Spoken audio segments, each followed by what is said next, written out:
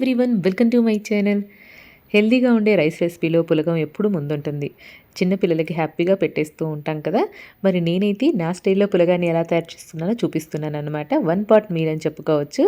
ముందుగా ఒక గ్లాస్ బియ్యానికి అర గ్లాస్ పెసరపప్పును కలిపేసి చక్కగా కడిగి నానబెట్టేసాననమాట ఒక పావుగంట సేపు.